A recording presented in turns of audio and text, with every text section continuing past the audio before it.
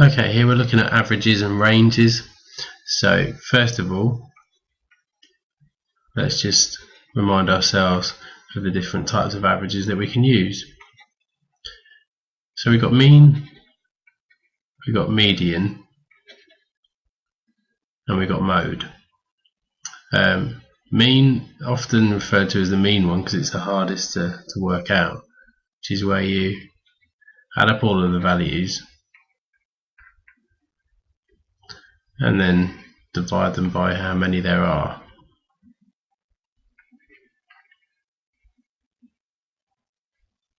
The median is the middle value and the mode is the most common.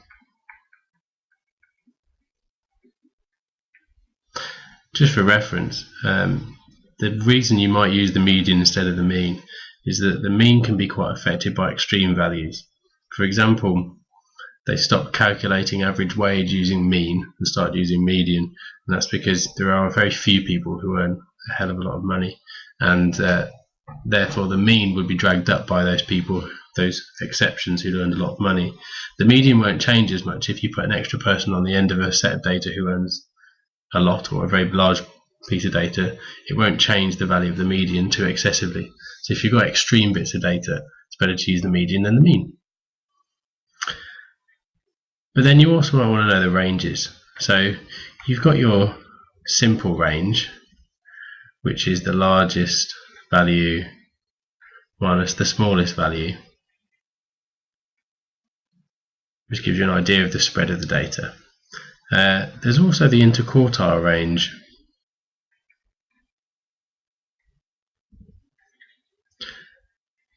Now, for that one, for the interquartile range, you basically need to start off by finding the median and then find the middle between the bottom end of the data and the median, hence the quartile.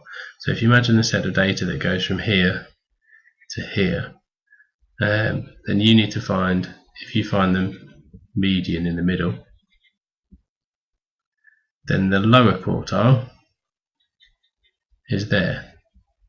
So lower quartile, the upper quartile is there, so that represents a quarter of the data in and a quarter of the data from the end. And the interquartile range is the difference between the upper quartile and the lower quartile. So the interquartile range is the upper quartile minus the lower quartile.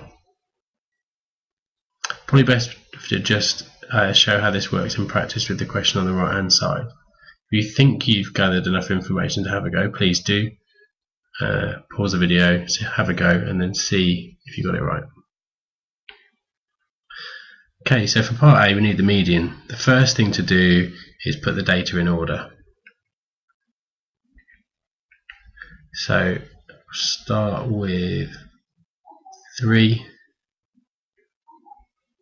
We've got another 3 and another 3. Then the next largest is 4, 6, 7, 9. Now, in order to find the median, I need to start crossing off from the end. So we've got cross off the two end ones, and the next two, then the next two, and you'll see we're left with 4 in the middle. It's worth just appreciating what would happen if we had an even amount of bits of data.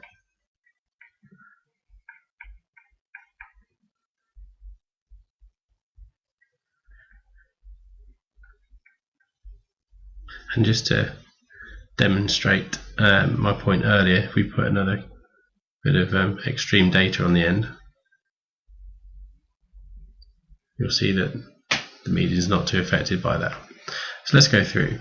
Chop off the top 2, get rid of the next 2, get rid of the next 2, and we're left with, in the middle, 4 and 5.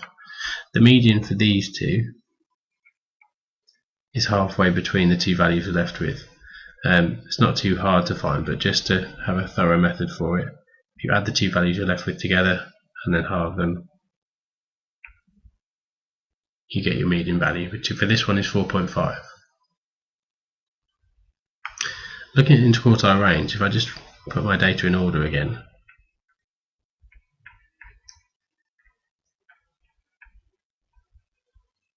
and let's identify our median, which was this one. So there's our median. The interquartile range is found by finding the lower quartile and upper quartile, so we need to find the median of all the stuff on this side, and you'll see that that is 3. So 3 there is our lower quartile. If I find the median of the top 3 bits, so everything to the other side of the median, then my upper quartile is 7, and that means that my interquartile range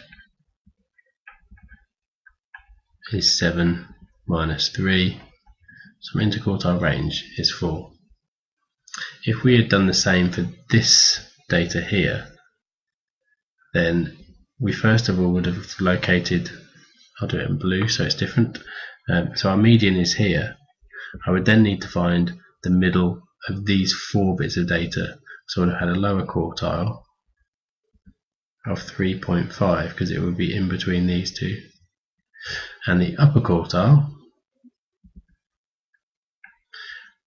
would be halfway between 99 and 7.